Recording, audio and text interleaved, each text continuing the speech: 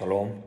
I want to talk about why Christians are so silent in this crazy time where we see every day, we hear every day from the Middle East and Africa and Europe and many parts of this world when the Muslims and Islamic terrorists attack and slaughter Jewish people and Christians and all the non-Muslims.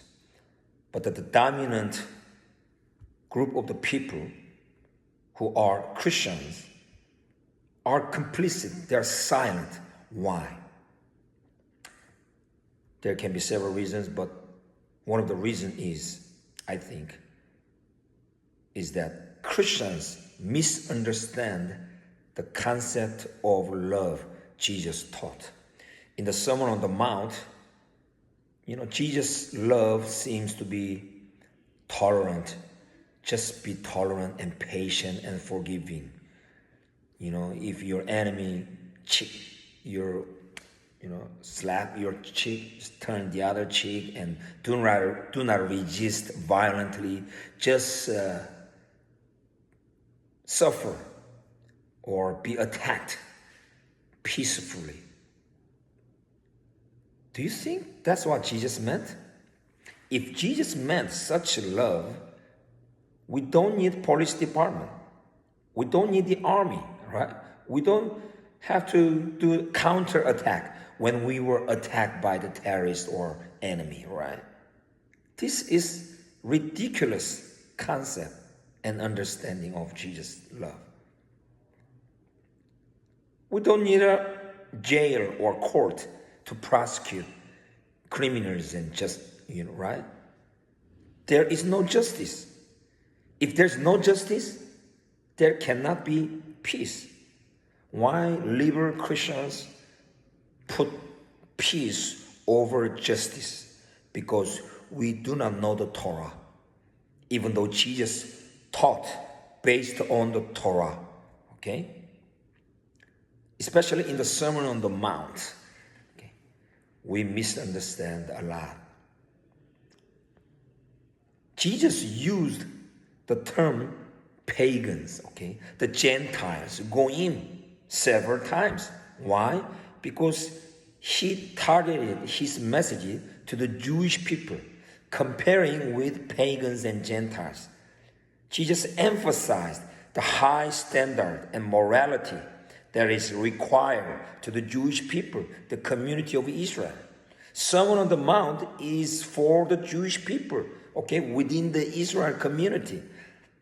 You cannot apply all the teachings directly to the Gentiles and all the people in this world, including terrorists and evil people, For example, Jesus said, "You are the light of the world." This is not a new teaching. Jesus reiterated the Isaiah chapter 60, right?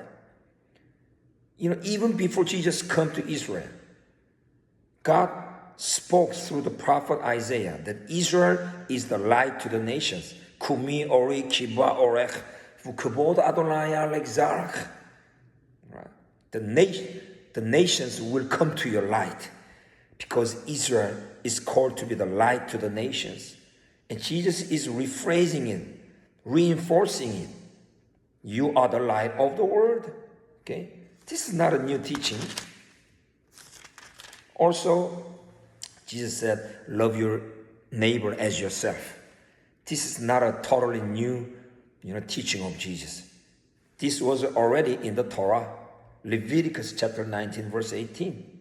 Love your neighbor as yourself.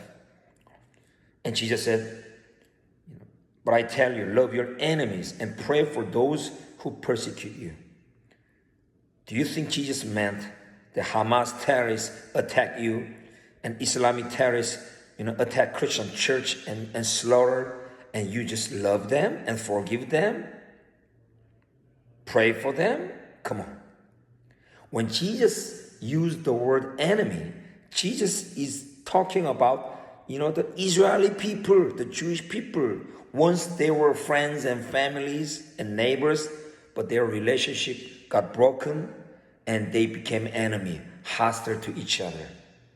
But because you are mishpacha achad, one family, one people who are called by God, so you try to restore the relationship, reconcile each other, love your enemy as yourself, and pray for those who persecute you.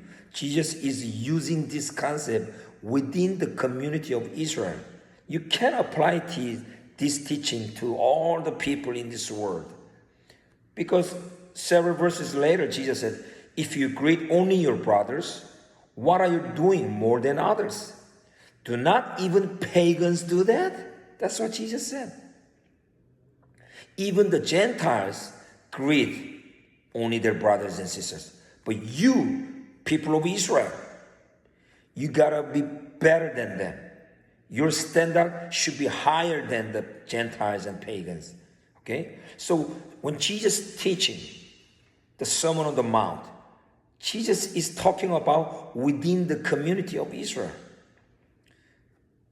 Matthew chapter 6, verse 7, Jesus even said, when you pray, do not keep on babbling like pagans, okay?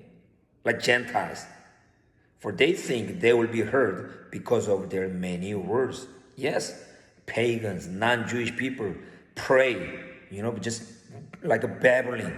They speak a lot of words, chantings, but Jewish people have short forms of prayer, a few words, but with deep heart and sincere meaning. This is how Jewish people pray.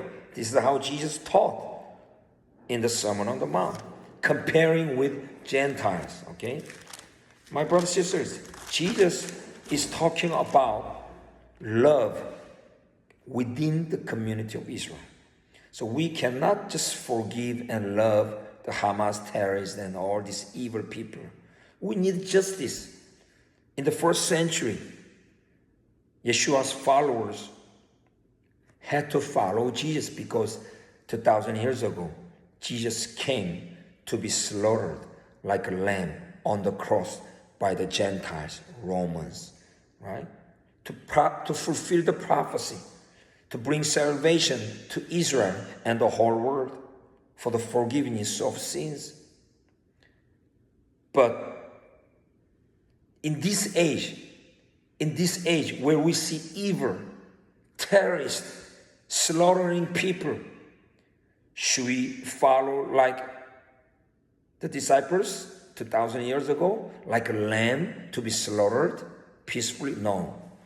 So on the second coming, in the last age, Jesus comes back as the warrior, like a David, Ben David, okay?